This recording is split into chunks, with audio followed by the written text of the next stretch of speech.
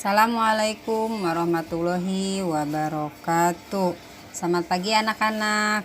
Semoga kalian dalam keadaan sehat walafiat. Hari ini Ibu akan menyampaikan materi melanjutkan bab 1, yaitu bagian kedua, letak dan luas Indonesia. Tujuan pembelajaran kali ini, kalian harus bisa menjelaskan pengertian peta, komponen peta, dan menggambarkan peta dengan lengkap. Karena ruang berhubungan dengan tempat, lokasi, dan persebaran ruang atau wilayah. Pemahaman lokasi melalui peta. Kalian simak video berikut tentang peta. Siapa yang kita minta bantuan kalau kita tidak tahu harus kemana? Peta, benar. Maukah kau memeriksa peta untuk cara tercepat ke sungai besar? Kau harus mengatakan peta. Katakan peta.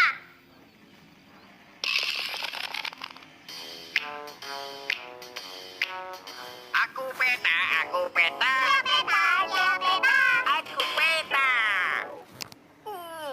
Bus terjebak dalam tong dan dia menuju sungai besar ke air terjun. Ya, aku tahu cara tercepat ke sungai besar. Pertama, kau harus melintasi jembatan troll. Kemudian melalui hutan kenari. Dan begitulah caramu mencapai sungai besar. Tapi kau harus cepat, bus menuju air terjun. Jadi ingatlah, jembatan, hutan, sungai besar. Katakan bersamaku, jembatan, hutan, sungai besar. Jembatan, hutan, sungai besar. Jembatan, hutan, sungai besar. Jadi katakan pada Dora, pertama kau pergi ke jembatan.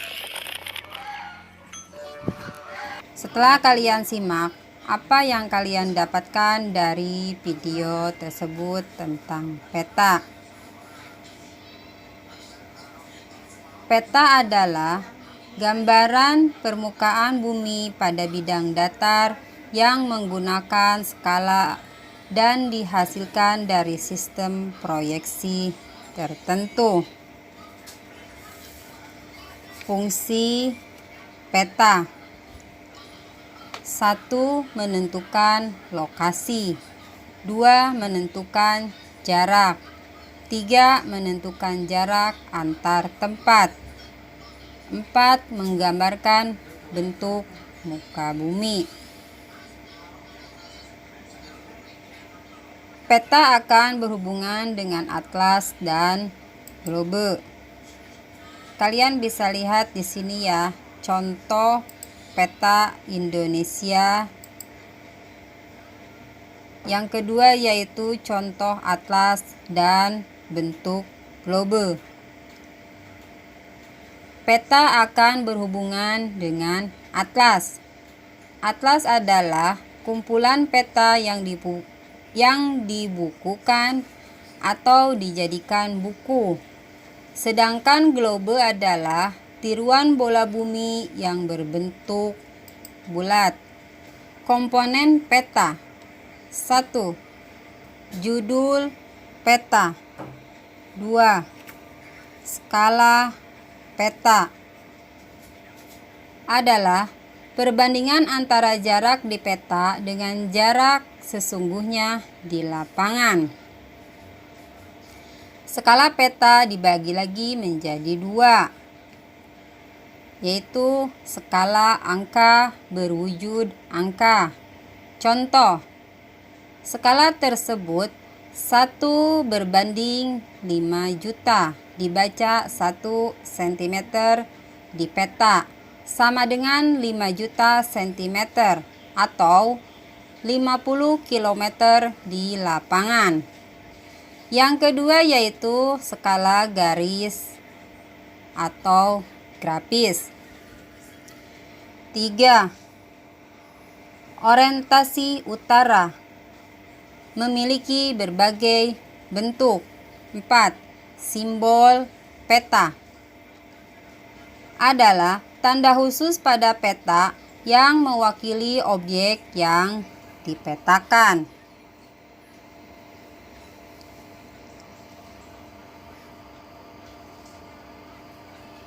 Simbol peta dibagi lagi menjadi 4. 1. Simbol titik, yaitu beragam bentuk, dapat berupa lingkaran, persegi, segitiga, dan lain-lain. Yang kedua yaitu simbol garis, dapat berbagai bentuk sesuai ketebalan garis. Yang ketiga yaitu simbol warna, digunakan dengan aturan tertentu, tidak sembarang warna digunakan karena ada aturan perpetaan. Yang keempat yaitu simbol area. Simbol area memiliki aturan tertentu sesuai dengan aturan perpetaan. 5. Garis koordinat. Garis koordinat adalah garis hayal pada peta berupa koordinat peta. Peta dalam bentuk garis lintang dan garis bujur. Yang keenam yaitu inset, merupakan peta kecil yang ada pada suatu peta untuk menunjukkan lokasi daerah yang dipetakan di antara lokasi lainnya yang lebih luas. Yang ketujuh yaitu legenda, menunjukkan keterangan semua objek yang ada atau muncul pada muka peta. Pada legenda inilah seorang pembaca akan mengetahui objek yang dipetakan. Yang kedelapan yaitu sumber peta, menunjukkan orang atau lembaga yang membuat peta. Dari sumber peta inilah diperoleh informasi dari pembuat peta sehingga dapat dinilai dari kualitas peta yang dihasilkannya. Sekarang lanjut ke letak dan luas Indonesia.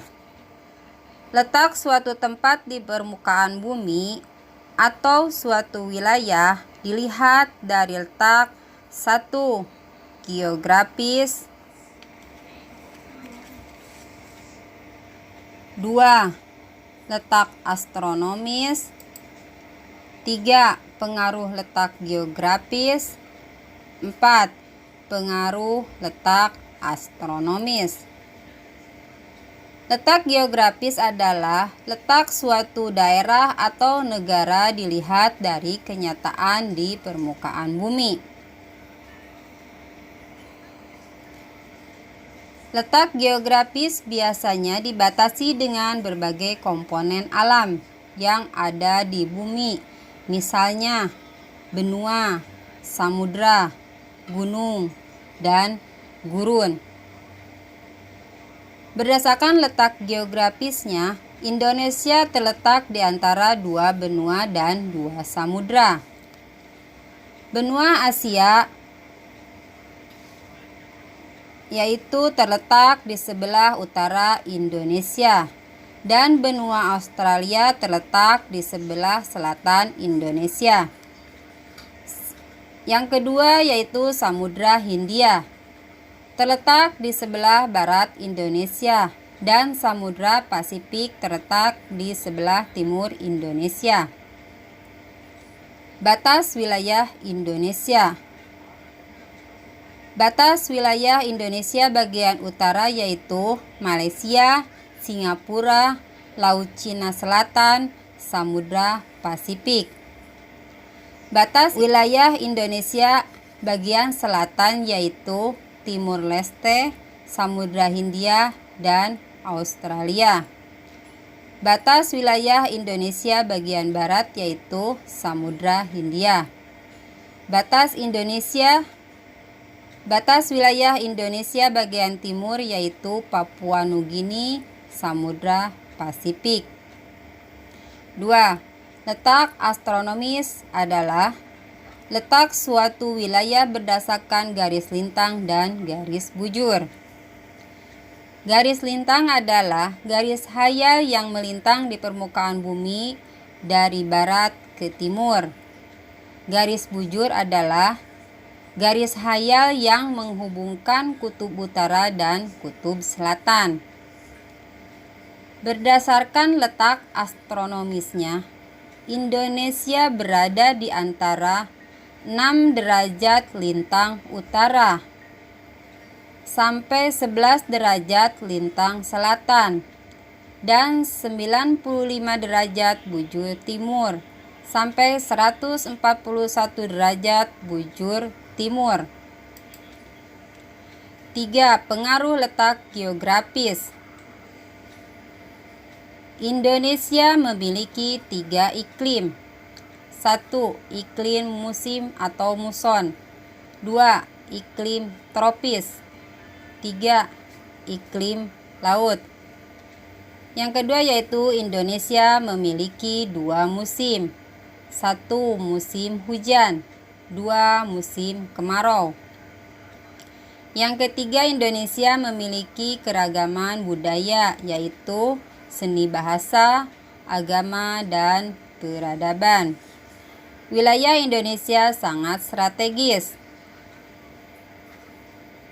Yang kelima yaitu Indonesia memiliki keanekaragaman hayati yang melimpah. Keanekaragaman flora dan fauna yang tidak dimiliki daerah lain. Yang keempat yaitu pengaruh letak astronomi. Indonesia memiliki iklim tropis. 1.